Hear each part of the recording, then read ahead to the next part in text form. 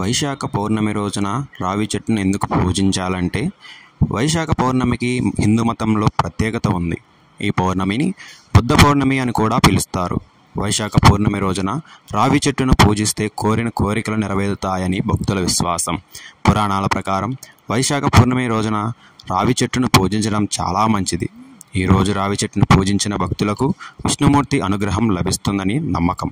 పూర్వీకులు కూడా సంతోషిస్తారని చెబుతారు. హిందూ గ్రంథాల ప్రకారం ఈ రోజున ఒక చెట్టును నాటడం వలన బృహస్పతి నుంచి ప్రతికూల ప్రభావాల నుండి విముక్తి పొందుతారు. హిందూ మతంలో పౌర్ణమికి ప్రత్యేకత అర్థం ఉంటుంది.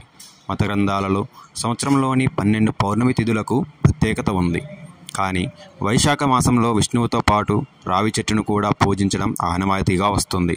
ఎందుకంటే శ్రీహరి రవి ఈ వృక్షంలోనే ఉంటాడని నమ్ముతారు. అందువల్ల వైశాఖ పౌర్ణమి చాలా పవిత్రమైనదిగా పరిగణించబడుతుంది.